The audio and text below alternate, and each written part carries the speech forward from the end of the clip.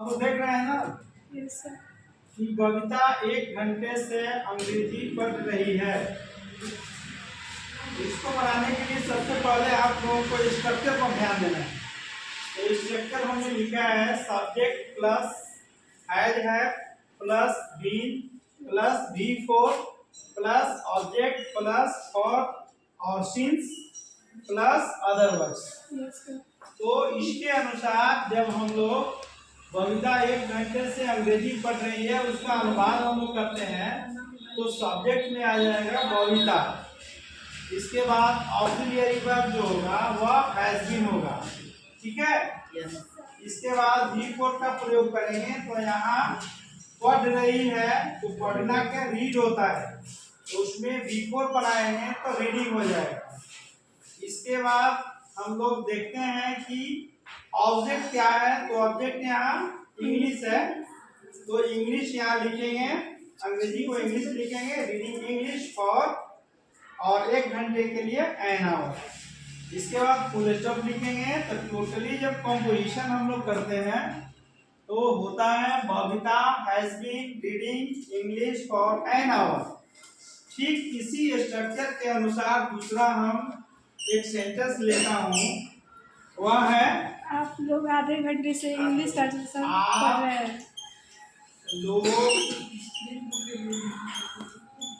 आधे घंटे से अंग्रेजी पढ़ रहे हैं। दूसरा यह हम लोग इसके अनुसार बनाते हैं तो ठीक इसी स्ट्रक्चर के तहत इसका भी हम लोग अनुवाद करेंगे। तो यह होगा सबसे पहले सब्जेक्ट को लिखेंगे हम लोग तो यू हो जाएगा। तो यू के अनुसार हम लोग ऑक्सिलियरी वर्ब हैव बीन का प्रयोग करेंगे, ठीक है। यू हैव बीन हो गया, हैव बीन हो गया। इसके बाद हम लोग मेन वर्ब देखते हैं कि क्या है तो यहाँ मेन वर्ब क्या है पढ़ना, पढ़ रहे हैं तो रीड होगा तो रीडिंग हो जाएगा ना, reading. You have been reading और इसके बाद ऑब्जेक्ट में इंग्लिश हो जाएगा, इंग्लिश हो गया। इंग्लिश के बाद हम लोग ऑब्जेक्ट लिखते हैं, ठीक है। तो ऑब्जेक्ट में क्या हो जाएगा आधे घंटे है ना जी, तो फॉर या सिंस का पहले हम लोग प्रयोग करेंगे। इंग्लिश हो गया, ठीक है। फॉर एंड और हाफ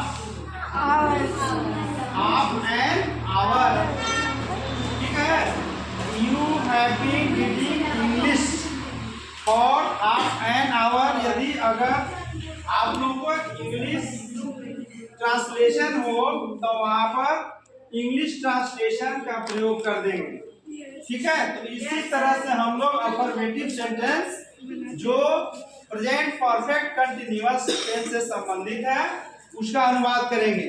फिर इसके बाद नेक्स्ट में हम लोग पढ़ेंगे negative sentence of present perfect continuous tense.